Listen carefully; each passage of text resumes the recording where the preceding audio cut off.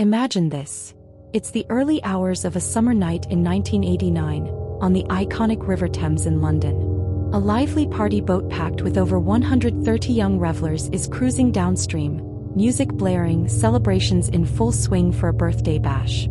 Suddenly, out of the darkness, a massive dredger vessel rams into it not once, but twice, sending the smaller boats spinning, capsizing, and sinking in under a minute.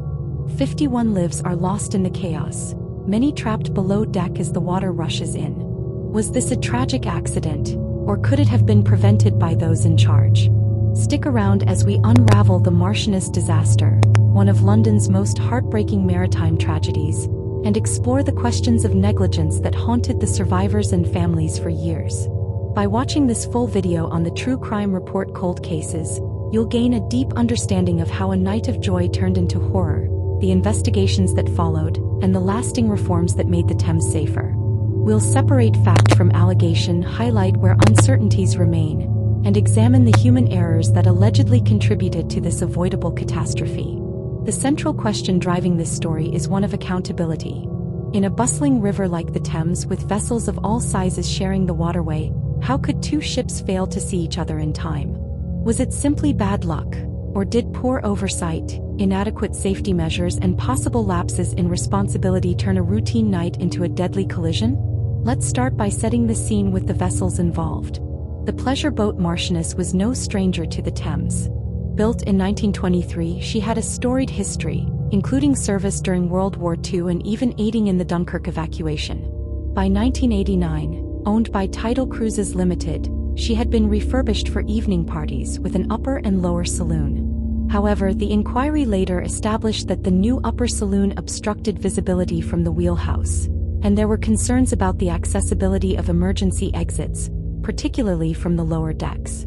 She was licensed to carry 165 passengers and equipped with life rafts and buoys, but as we'll see, these would prove insufficient in the crisis. Her captain that night was Stephen Faldo, a 29-year-old experienced waterman who had been with the vessel since 1987, though he had forgotten to renew his river license. Despite this, the inquiry deemed it a minor issue as he was otherwise qualified to operate the boat. His mate was 21-year-old Andrew McGowan. Interestingly, Faldo had forgotten to renew his river license, though a later inquiry described this as a minor issue, noting he was qualified and could have renewed it easily. The boat was hired by Jonathan Fang for the 26th birthday of his friend and business partner, Antonio de Vasconcellos. Around 130 people were on board, mostly young professionals in fashion, finance, and media, enjoying a disco cruise from Embankment Pier, planning to loop to Tower Bridge and back. Now enter the other vessel, the aggregate dredger Bowbelle, a much larger ship at 262 feet long, owned by East Coast Aggregates and managed by South Coast Shipping. She was in ballast that night, empty after unloading cargo, which reportedly trimmed her down at the stern, limiting forward visibility from the bridge, combined with her dredging equipment.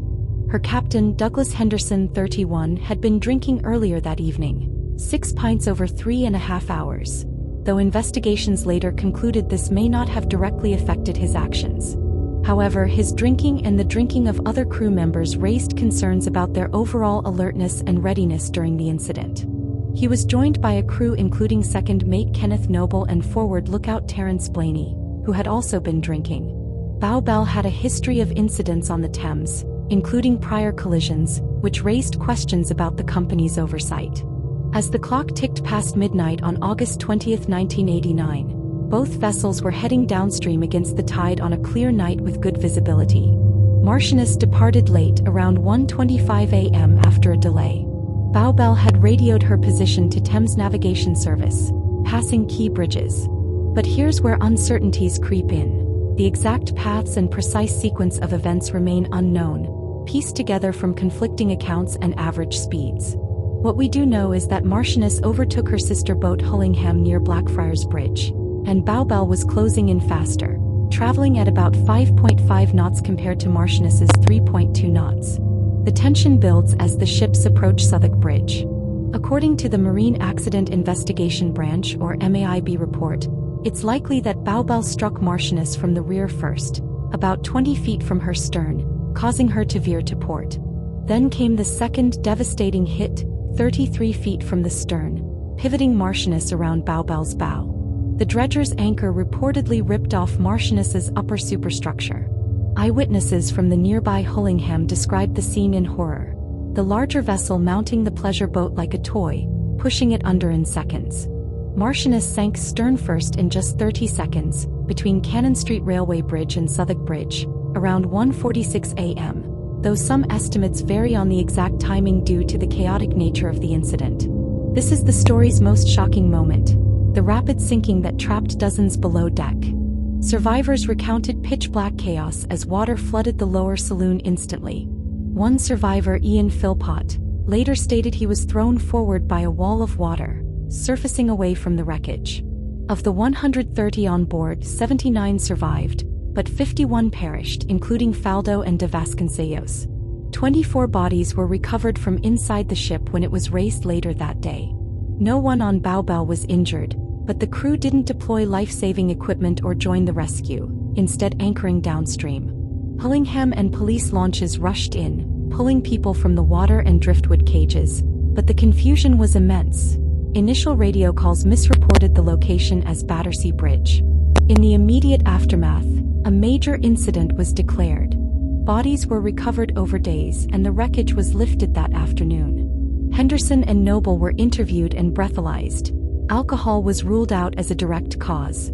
But the family's nightmare was just beginning. The coroner, Paul Knapman, controversially removed hands from 25 bodies for identification, using fingerprints, dental records, and personal items, without proper records or timely notification to relatives. This led to allegations of mishandling, with some families shown the wrong bodies or receiving apologies for errors, though these were described as isolated mistakes. The investigations dragged on for over a decade, fueling the central conflict of blame. The Mabes 1989 report blamed poor lookouts on both vessels, noting restricted visibility and lack of clear instructions. However, the report was criticized by the victims' families for relying heavily on police interviews instead of directly questioning the crew members, leading to allegations of procedural shortcomings. But families criticized it harshly, alleging it relied on police interviews without direct questioning of crew and contained methodological errors. The government initially refused a public inquiry despite pressure. Henderson faced charges for failing to maintain an effective lookout, but 2 trials ended in hung juries. A private manslaughter prosecution against Bowbelle's owners was dismissed for lack of evidence. It wasn't until 2000, after a non-statutory inquiry by Lord Justice Clarke, that a formal public inquiry confirmed the basic causes: poor lookouts, while also criticizing vessel owners, the Department of Transport and the Port of London Authority for failing to address known visibility issues. Clarke emphasized that no single individual's actions could sustain a manslaughter charge, but highlighted systemic failures. Allegations of a cover-up surfaced in media reports, though the coroner denied them, and the process was overhauled in later laws. Compensation was meager, often just funeral costs, with some families receiving as little as £3,000 after proving dependency. In some cases, families received even less, with one mother, Eileen Delalio, receiving only £312 after a lengthy legal battle. The disaster's legacy, however, was profound. It led to stricter safety measures, including forward lookouts on large vessels, improved emergency exits, and the installation of 4 new RLI lifeboat stations on the Thames. These reforms played a role in shaping modern maritime safety standards, both for the Thames and beyond. In wrapping up, the Marchioness disaster stands as a stark reminder of how negligence, alleged or established, can shatter lives. While no one was convicted, the inquiries brought accountability and change, ensuring such a tragedy is less likely today. If this story gripped you, hit that like button, subscribe for more deep dives into cold cases and historical tragedies, and drop a comment.